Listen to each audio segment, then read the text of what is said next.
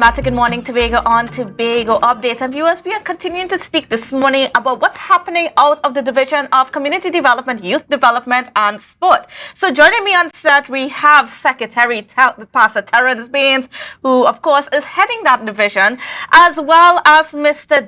Dickinson, and he is a project manager for a special project that is being launched by the division. So good morning and welcome to you both. How are you guys doing this morning?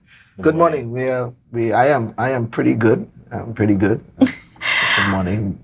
All right. So tell me about, this special project where we are getting into the communities and we're building sustainable, resilient, and prosperous communities. Tell me about the division's input there. Right.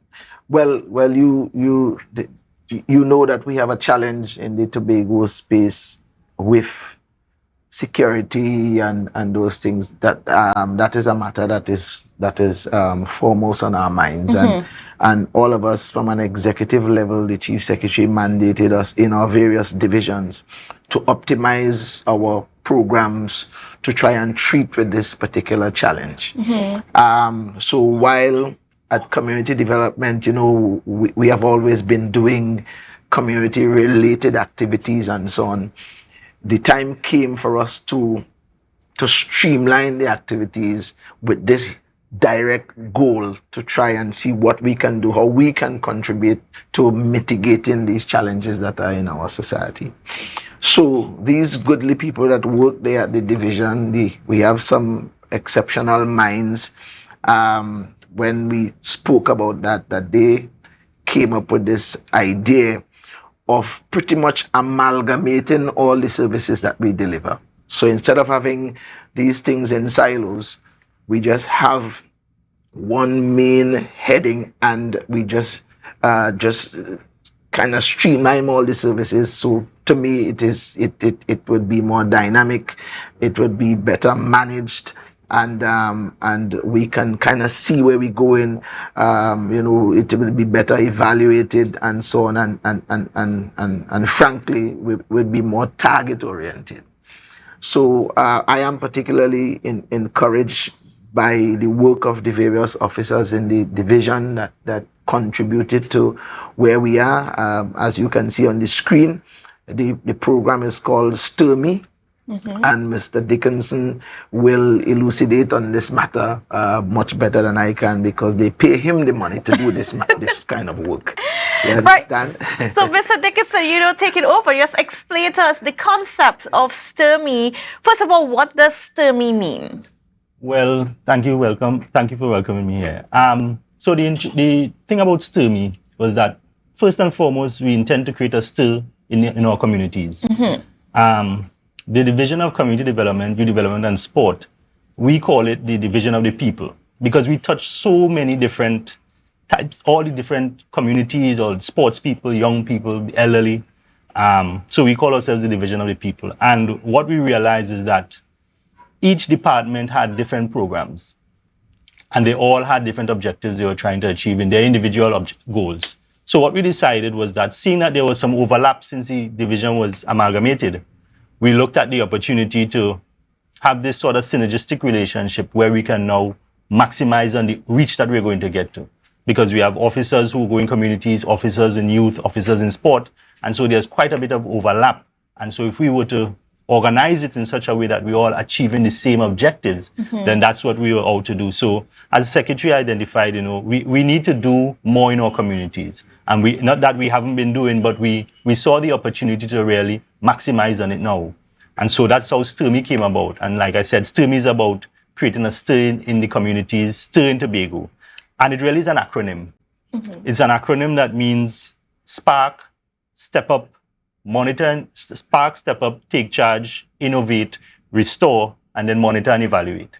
And now, before I get into that a little bit, I want to understand about the services that the division mm-hmm. offers that that you all are trying to streamline and you're trying to make more effective. Right. So so each department has a very specific role to play. Mm-hmm. So community development, that we have a lot of work going on in community development with the programs, the vocational programs, the skills programs, the road market, the community centers, and these centers that we are handing back to the communities. We also have the youth services where young persons could come in for career planning, for opportunities and to see opportunities within the THA, within Tobago, for their growth and development, developing youth organizations. Sports is another one of our major areas where we have put a lot of emphasis in. You can see there are new facilities coming on board. And so there's been a big drive to change the way Tobago sees sport as more than just a hobby. So those are some of the things that we are focusing on as it relates to the S.T.I.R.M.E, because as you could appreciate, there's a lot of things that the THA is responsible for and a lot that the division is responsible for. And so what we've done is carved out a portion of that we believe is going to give us the best impact to deal with the current situation. And of course, it's going to be incorporated into this six-step process, and it starts with sparking. Spark, yes. Yeah, well, you know what a spark is, you understand? There are inflammables in the society and so on. But I mean, the truth is that, you know, sometimes you're doing things as Derek was saying, because the division is a dynamic one. It's a new division, and we still been trying to have an ideal for this new division, rather than the separate parts, and it has taken us some time. And one of the reasons why I appreciate this too is because I believe this is going to contribute to the synergy that we really wanted in the division, and so on. And the impact as well that we expected to have on the communities and so on, and making people have a better appreciation for what the division offers. Is almost, this to me really is almost like a one-stop shop, to put it that simply. You know, it's like a one-stop shop, instead of really going here, there, and everywhere to find services here, services there, services there. This to me platform kind of helps you to kind of get everything in one place, the things that are most important for the kind of challenges that we face in this society. So how are you going to spark it? But that's a very good question, and we're going to talk. The Spark man is here. All right, so Spark really deals with the digitization aspect of the division, as well as getting the support services out. So what the division has created, this online platform that allows all community organizations, youth organizations, sport organizations, even individuals, to register, to find out about what the division has to offer. All the programs available, opportunities for growth, training, development, all of it is found in one place. You know, we live in a digital age now, and so we are changing our approach to reach our market. And so the first step is to get digital.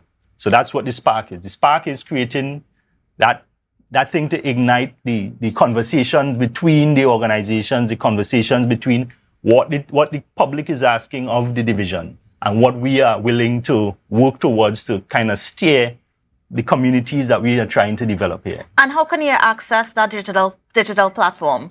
Well, very shortly, we're going to have a launch of the platform. It is already active. We're going to launch it. We're going to go to the communities. We're going to go to the divisions. And you're going to see a blanket of community development, youth and sport officers out there in the communities, getting the information, showing persons how you could do it. There's going to be online videos and training of how you can register. So, is there a website? Yes, the community, the website, as I said, we're going to launch it very shortly. Yes. So it's up and running, but we want to launch it well. We want to create that big spark. Yes. Okay, I hear you. So, and then the next step of this whole thing is to step up. Yes.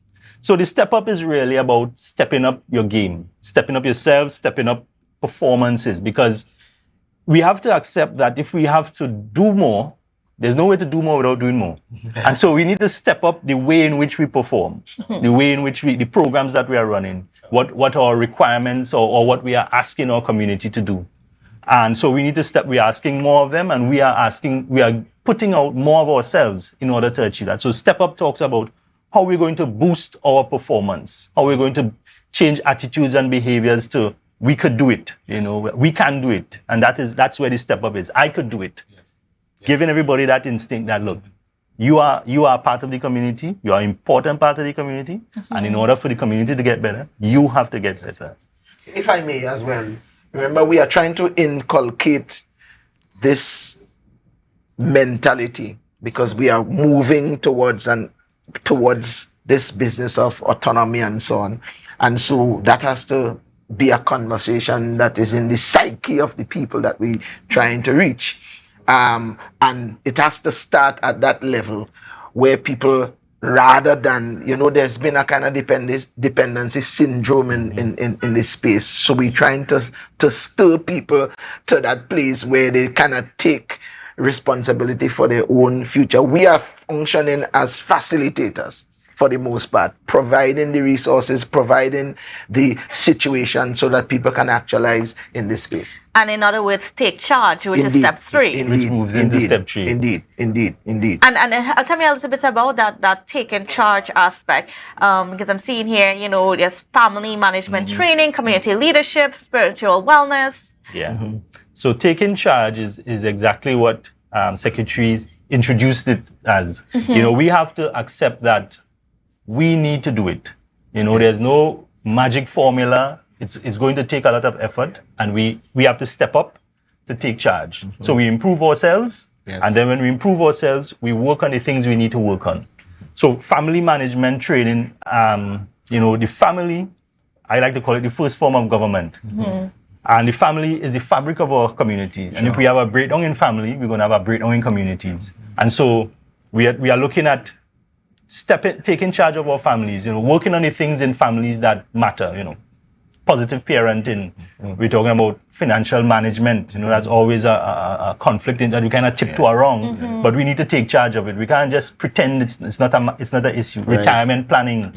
How do you deal with your estate? There's so many persons who have passed away and there's nothing structured for you to move on, for you to benefit from it. Job security as well. That's a challenge in this space. And I'm seeing here that it all fits into some of the sustainable development goals. Correct. By the UN. So exactly. So this whole S.T.I.R.M.E is one of the benefits of this program, and I'll talk about program a little bit, is that this program, in a sense, is geared towards achieving some major objectives. And so while the division had individual projects, what we have done in creating that S.T.I.R.M.E is pointed them all towards achieving the objectives that we have identified that we need to meet. And a lot of those objectives came with the guidance of the strategic development goals from the UN. So it's a well-tailored program, but the success of the program is hinged on the community being involved in the execution. Right. And determining how we move forward with it, because it's a very stakeholder-heavy program. And once we do that, we believe that we're going to get the biggest impact. And that leads me to community leadership, because we have to accept that our community leaders, we've always known that person in the community you could go to. It could be an elderly teacher, it could be a pastor or a priest, it could be someone who was a public servant who would have been that person who, if they say it's a good idea, it's a good idea. And we need to empower the leaders in the community who are interested in the community. And so not just giving them resources, but also training them up as to how to lead, because, leadership is something that could be developed. And we are focusing on that community leadership and the spiritual wellness as well. The role of the church in the community has been huge in Tobago over the past, and we are working towards empowering. As a matter of fact, I'm sure Sek could talk about what we have done in the division so far. About that. I wanted to, the issue of community. Now, we have to also appreciate that some of the traditional approach to community leaders and leadership has changed. So you have younger community leaders that are emerging, that have different parameters and different points of reference. So, in fact, some of the nefarious things that happen around this space is as a result of some of the negative leaders in the community and negative leadership that we see. So while we are trying to focus on some of those traditional community leaders, we have to also optimize what we're doing for the younger generation that don't have that kind of point of reference and so on. So we are trying a lot of the programs, especially that are geared to young people and so on, is to try and to forge this different type of young community leader. You understand what I'm saying? That is not, that don't have a propensity to engage in activities that are contradictory and negative to the society. So that is why you find there's a proliferation of programs geared towards younger people, because we believe that when you are informed, you should better perform. You understand? So the S.T.I.R.M.E platform and all that, where we are trying our best and trying our best as well to see how we can create job opportunities, because we know that may, the lack thereof is a contributor. It's not the only thing, but it is one of the things that contribute to people engaging in activities that are contrary. So we launched on the other side, as it relates to the spiritual side, we launched the Tobago Faith-Based Council, and that is a kind of amalgamation too of faith-based organizations. There are some things that run current in all faith-based organizations. To the people that subscribe to those organizations, there is a certain emphasis that is always on good behavior. You understand?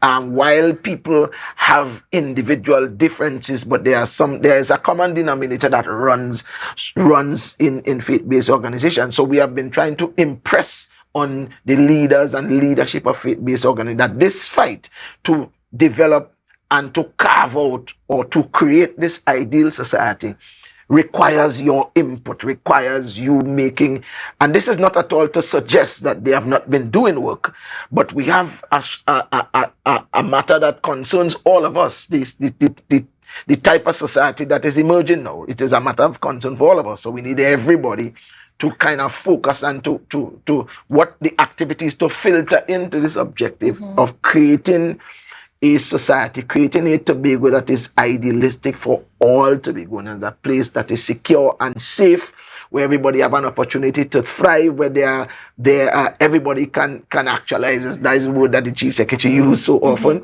right? Everybody can feel comfortable in this space. The only excuse people must have is if they themselves choose not to take part in the activities. But our mandate and responsibility is to continue to provide opportunities, is to continue to provide resources the best way that we can.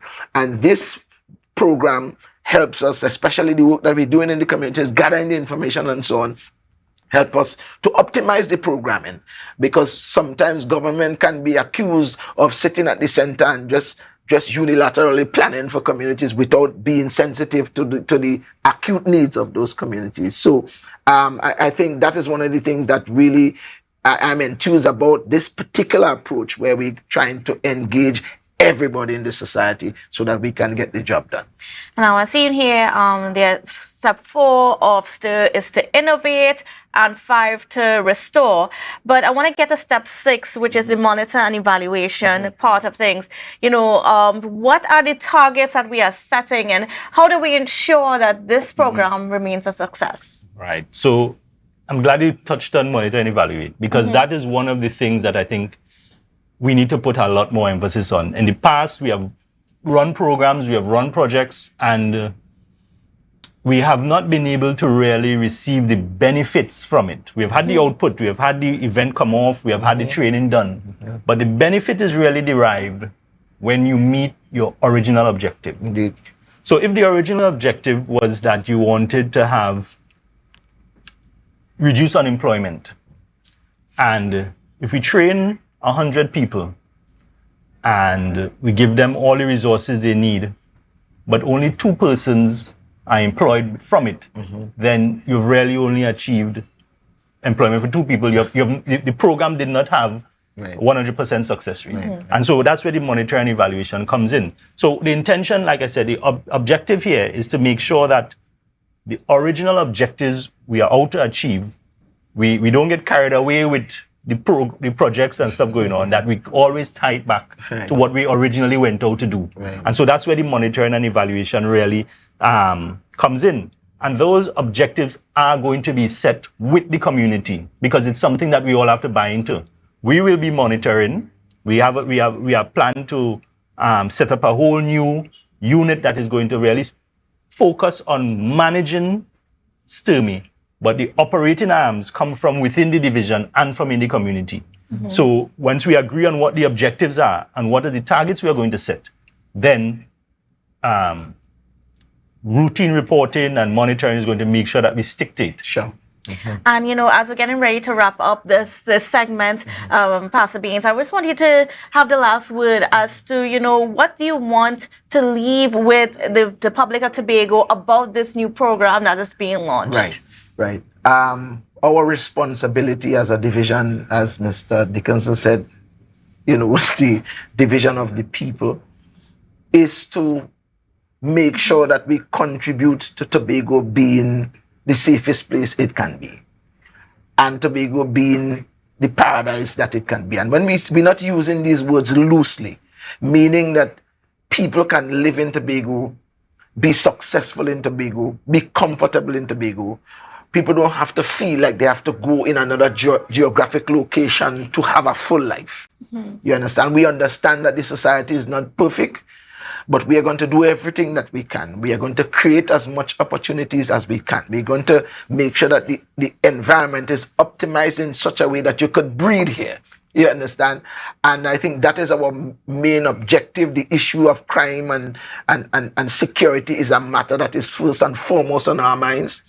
It is not endemic to the Tobago that we are accustomed to, and so on. And we want to try our best with this program to contribute to the mitigating of this problem.